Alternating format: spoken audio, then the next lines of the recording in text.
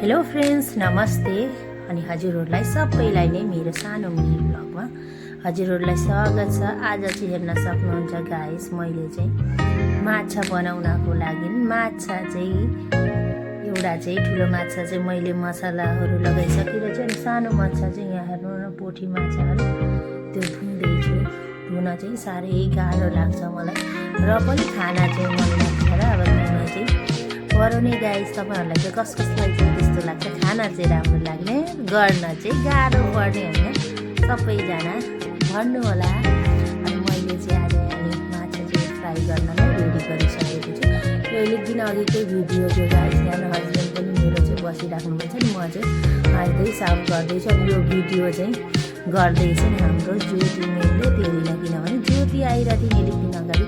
ज्योति आएको भिडियो चाहिँ तपाईँहरूलाई देखाइरहेको होइन। यो चाहिँ घरको जस्तै पोठी माछा भेटिएको थियो र अनि उसलाई चाहिँ खाना मन लागिरहेको थियो भनेर भन्दै थियो र अनि मैले चाहिँ त्यो पोठी माछा आज चाहिँ उसलाई खुवाउनको लागि लिएर आइरहेको थिएँ। यहाँ हेर्नु होला, ऊ चाहिँ यहाँ होइन, अहिलेको त्यहीतिर बसिन् सिलौडा भन्ने जग्गामा, र अनि मैले चाहिँ आऊ न भनेर बहुत दिन अगाडिबाट बोलाइराखेको थिएँ र ऊ आएको थिएन र अनि त्यो दिन चाहिँ टाइम निकालेर सन्दीप भाइले चाहिँ हाम्रो घरमा छोडेर जानुभयो। किनभने उनलाई चाहिँ यो पोठी माछा धेरै मनपर्छ र त्यो ल्याएको थियो र मैले पनि बोलाइरहेको थिएँ गाइस। यहाँ हेर्नुहोस्, अनि मेरो चाहिँ बन्दैछ नि, ऊ चाहिँ भिडियो र दाजु र भाउजू गर्नुहोस् न, म भिडियो चाहिँ गरिदिँदैछु है भनेर भन्दै म हामीलाई जिस्काउँदै थियौँ। अनि गर्दा गर्दै यहाँ हेरेर माछा चाहिँ मेरो फ्राई पनि सेकिसक्यो गाइस। अनि मलाई चाहिँ माछा चाहिँ फ्राई चाहिँ अलिकति कडक माछा फ्राई ड्राई टाइपको जुन चाहिँ हुन्छ त्यो चाहिँ मनपर्छ, किनभने त्यसमा चाहिँ ग्रेभी हाल्दाखेरि पनि धेरै राम्रो हुन्छ अनि खाएर पनि जुन चाहिँ एउटा स्मेल हुन्छ त्यो चाहिँ आउँदैन।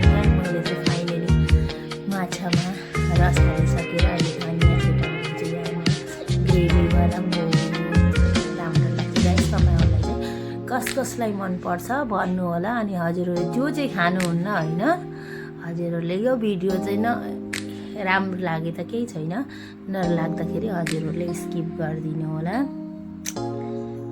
अनि के कस्तो लाग्छ हजुरहरू कमेन्ट गरेर भन्नु होला। मैले चाहिँ माछामा चाहिँ पहेँलो सर्सो हालेर बनाइरहेको छु आज। यहाँ हेर्नुहोस् त, हजुरहरूलाई के कस्तो लाग्यो गाइस कमेन्ट गर्नु होला। अनि ओके बाई, अहिलेको लागि चाहिँ फेरि